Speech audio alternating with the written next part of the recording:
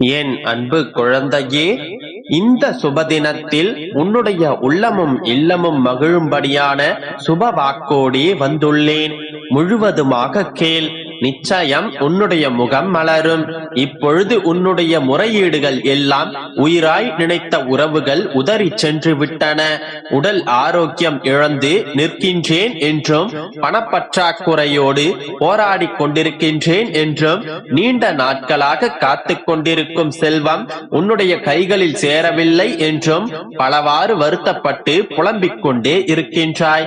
என் தங்கமே, உனது பிரச்சனைகள் என்னவானால் என்ன? நீ அனைத்தையும் கடந்து போகத்தான் பிறந்திருக்கின்றாய்.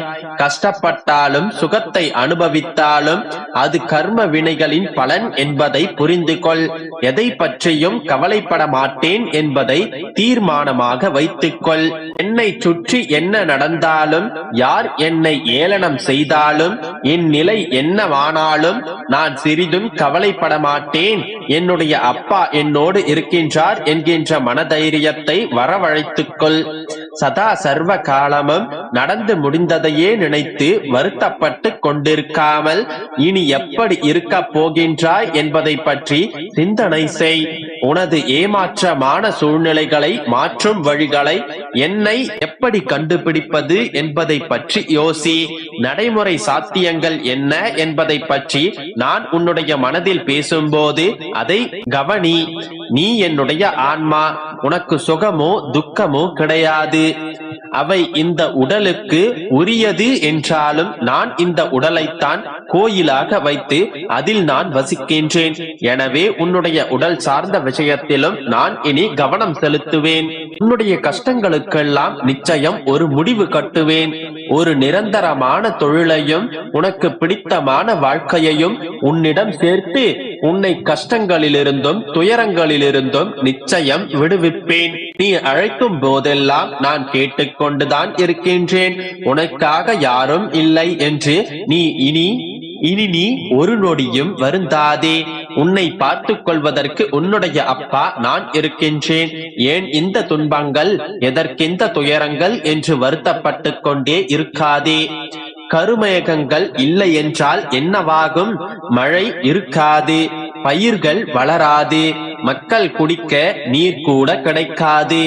ஆனால் மழை பொழிந்தால் எல்லா செயல்களும் சரியாக நடக்கும். மழை பெய்து முடிந்த பின் கருமேகங்கள் கலைந்துவிடும். அதே போலத்தான் உன்னுடைய வாழ்க்கையிலும் பிரச்சனைகளும் துயரங்களும் கார்மேகங்களை போன்று கலைந்துவிடும். அவை மகிழ்ச்சி என்கின்ற மழை உன் வாழ்வில் பொழிய துவங்கியவுடன் கலைந்துவிடும். இந்த கார்மேகங்கள் உன் வாழ்வை நிலையாக மாற்றும். உன்னை பாதுகாப்பது எப்படி என்பதை கற்றுத்தரும்.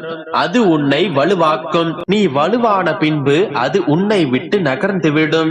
எனவே கருமேகங்கள் எப்போதும் நேர்மறையின் அடையாளம்தான். இப்பொழுது உன்னுடைய வாழ்க்கையில் மகிழ்ச்சி மழை பொழிந்து கார்மேகங்கள் கலைந்து செல்லும் நேரம் இது. எல்லாம் முடிந்தவுடன் சந்தோஷ மழையில் நனையப் போகின்றாய். உற்றார் உறவினருடன் உன் வீடு களை கட்டப் போகின்றது. உன்னுடைய மகிழ்ச்சியை அனைவரிடத்திலும் பகிர்ந்து கொள்ளத்தான் போகின்றாய். உன்னுடைய உள்ளமும் இல்லமும் மகிழும் போதே சந்தோஷமாக என்னை பார்க்கவா. நானும் உன்னுடைய மலர்ந்த முகத்தை பார்க்க காத்து கொண்டிருக்கின்றேன். குழந்தையே, நீ பயப்படும் அளவிற்கு எதுவும் இங்கே நடந்துவிடவில்லை. நீ பயந்து கொண்டும் பதறிக்கொண்டும் இருக்கும் இந்த சூழ்நிலைகளை உனக்கு சாதகமாக மாற்ற எனக்கு ஒரு நொடி போதும். என் பிள்ளையான நீ இதற்கெல்லாம் கலங்கலாமா? மனதைரியமும் நம்பிக்கையும் பொறுமையுமே என்னுடைய பிள்ளைக்கு நான் தந்துள்ள செல்வம். அவற்றை எப்போதும் நழுவ விட்டு விடாதே. கவலைகளை விட்டுவிட்டு சந்தோஷமாக இரு. இப்பொழுது இருக்கும் இந்த சூழ்நிலைகளை உனக்கு சாதகமாக மாற்றுகின்றேன். நம்பிக்கையோடு இருந்தால் நல்லதே நடக்கும். யாமிருக்க பயமேன்? என் அன்பு குழந்தையே, ஏன் வாழ்க்கையில் தைரியம் இல்லாமல் எதற்கெடுத்தாலும் புலம்பிக் கொண்டிருக்கின்றாய்? எதற்கெடுத்தாலும் பயம், எதற்கெடுத்தாலும் இது அப்படியாகிவிடுமோ, இப்படியாகிவிடுமோ என்று எதிர்மறை எண்ணங்கள் உன் மனதில் அதிகரிக்கின்றன. அது உன்னை தடுமாற வைக்கின்றது.